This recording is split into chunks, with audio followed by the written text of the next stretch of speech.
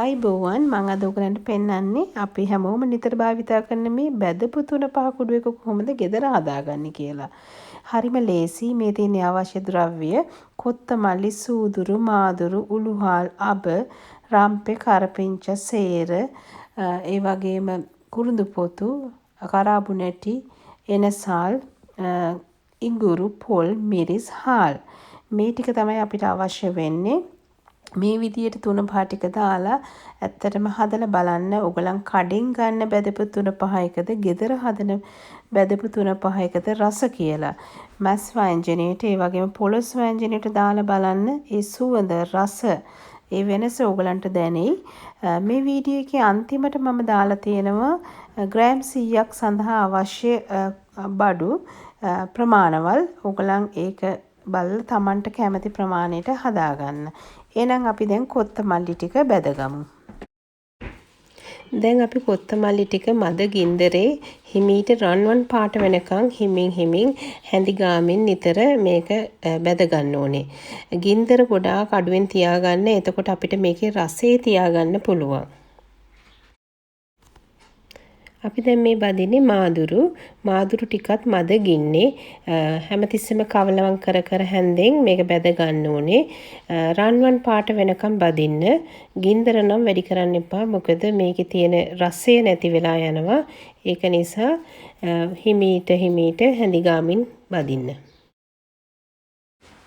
අපි දැන් මේ බැදගන්නේ සූදුරු ටිකත් මද ගින්නේ රන්වන් පාට වෙනකම් බැද ගන්න ඕනේ. සූදුරු මාදුරු වලට වඩා ඉක්මනට බැදෙන නිසා නිතර කවලම් කරගෙන මද ගින්නේ බැද ගන්න. මේ තියෙන්නේ මම බැදගත්ත කොත්තමල්ලි, මාදුරු, සූදුරු. මෙතන ප්‍රමාණවල් වැඩි. මොකද මම එකපාර ගොඩක් හදලා තියාගන්න නිසා ඔයගලන්ට පේනවා මෙතන තියෙන ප්‍රමාණවල් වැඩි. ඒ වුණාට ඔයගලන්ට කැමති ප්‍රමාණවල් වලින් මේ වගේ හදාගන්න පුළුවන්. පස්සේ මම ඒ ගැන කියන්නම්. මේ තියෙන උළුහාල් ටිකත් අපි රන්වන් පාට වෙනකන් බැද ගන්න ඕනේ. මේ තියෙන කරාබු නැටි ටිකත් මද ගින්දරේ බැද ගන්න ඕනේ. මේකෙත් ගින්දර අඩුවෙම තියෙන තරමට තමයි හොඳ.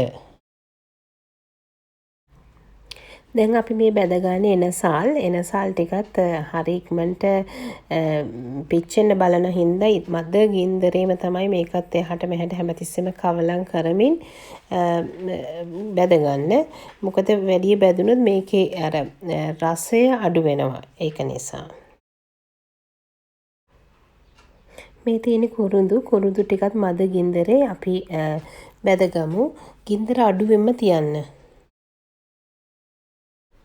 අපි දැන් බැදගන්න යන්නේ අබ ටික. දැන් නම් මේ කබල ගොඩක් රත් වෙලා තියෙන හන්දා ගොඩක් හොඳයි ලිප වැහුවනම් ලිප වහලා මේක බැදගන්න ඉක්මනට. දැන් අපි බැදගන්නේ සේරත් මේ කබලේ හිමීට බැදගන්න. දැන් අපි මේ බැදගන්නේ වේලිච්ච මිරිස්. දැන් නම් ලිප නිවලා මේක බැදගන්නත් පුළුවන්. මොකද මේකත් හරි ඉක්මනටම බැදෙන දෙයක්. ඒක හින්දා ලිප නිවලා බැදින්න.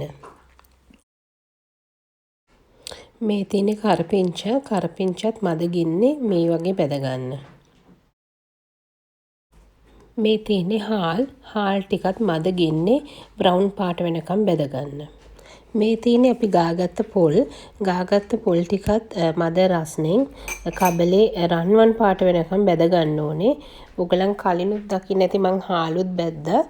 බැදපු 3-5 කුඩු එකට හාල් බැදලා පොල් බැදලා එකතු කරාම ඒකට අමුතුම රසයක් දෙනවා. අනික හරි සුවඳයි.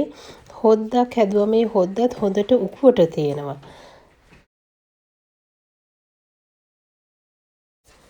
මේ තියෙන්නේ ඉඟුරු හීනියට පෙති කපා ගන්න. මද රස්නෙන් මේකත් කබලේ බැද ගන්න. දැන් මේ තියෙන්නේ මම වෙනම බැදගත්ත 3-5 ටික. 3-5 ටික මම ඔක්කොම ලොකු භාජනයකට දාලා හොඳට මික්ස් කරලා තියෙනවා. දැන් මේ මෙතන තියෙනවා කිලෝ 1.5කට විතර ඇති වෙන්න කරි පවුඩර් හදාගන්න පුළුවන්. මගේ වීඩියෝ එකේ අන්තිමට මම දාලා තියෙන ප්‍රමාණවල් ඒව බලලා ඔයගලන්ට කැමති ප්‍රමාණය හදාගමු. දැන් අපි මේක හීනියට කුඩු කරගන්න ඕනේ. මේ තියෙන්නේ මං හීනයට කුඩු කරගත්ත 3-5 කුඩු එක. ඇත්තටම මේක හොඳටම කුඩු වෙන්න ඕනේ. එතකොට තමයි හොඳ පවුඩර් එකක් වගේ වෙන්නේ. ඊට පස්සේ මේ වගේ වීදුරු බෝතල් වලට දාලා ඔයගලන්ට මේක තියාගන්න පුළුවන් මාස 6ක් විතර. ග්‍රෑම් 100ක් සාදා ගැනීම සඳහා අවශ්‍ය වෙනවා කොත්තමල්ලි මේස හැඳි 4යි, සූදුරු මේස හැඳි 2යි, මාදුරු මේස හැඳි 1යි, අනිත් හැම ද්‍රව්‍යයක්ම අවශ්‍ය වෙනවා තේ හැඳ ගානේ. ඔයාලත් මේ විදියට හදලා බලන්න කොච්චර සුවඳද කියලා.